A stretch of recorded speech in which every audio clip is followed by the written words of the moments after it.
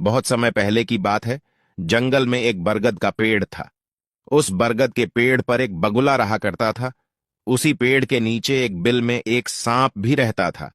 वह सांप बड़ा ही दुष्ट था। अपनी भूख मिटाने के लिए वह बगुले के छोटे छोटे बच्चों को खा जाया करता था।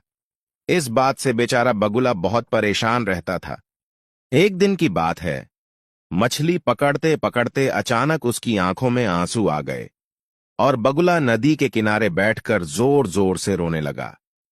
बगुले को रोता देख नदी में से एक केकड़ा बाहर आया और बोला, अरे बगुला भैया, क्या बात है? यहां बैठे बैठे आंसू क्यों बहा रहे हो? क्या परेशानी है? केकड़े की बात सुनकर बगुला बोला, क्या बताऊं केकड़े भाई, मैं तो उस सांप से परेशान हो गया हूं। वह बार बार मेरे बच्चों को खा जाता है। घोंसला चाहे जितना भी ऊपर बनाऊं, वह ऊपर चढ़ ही जाता है। अब तो उसके कारण दाना पानी लेने के लिए घर से कहीं जाना भी मुश्किल हो गया है। मेरा एक भी बच्चा नहीं है। सभी बच्चों को सांप ने खा लिया है। अब मुझे लगता है यह जगह छोड़कर कहीं और चला जाऊं। मैं बहुत परेशान हूं। क्या तुम मेरी कोई मदद कर सकते हो? बगुले की बात सुनकर केकड़े ने सोचा, बगुला भी तो अपना पेट भरने के लिए मेरे परिवार वालों और दोस्तों को खा जाता है।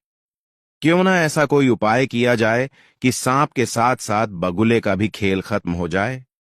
तभी उसे एक उपाय सूझा। उसने बगुले से कहा, एक काम करो बगुला भैया, तुम्हारे पेड़ से कुछ ही दूर नेवले का बिल है। तुम सांप के बिल से लेकर नेवले के बिल तक मांस के टुकड़े बिछा दो।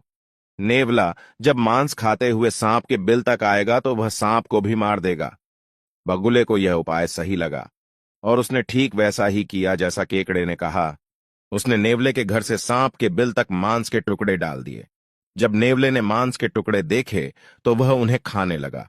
खाते खाते वह सांप के बिल तक पहुंच गया।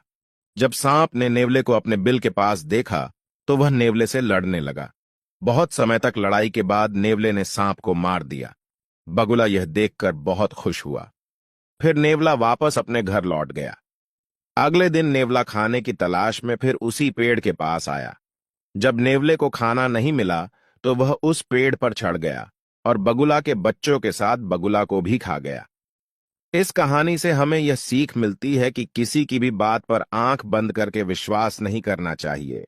उसके परिणाम और दुष्परिणाम के बारे में भी सोच लेना चाहिए।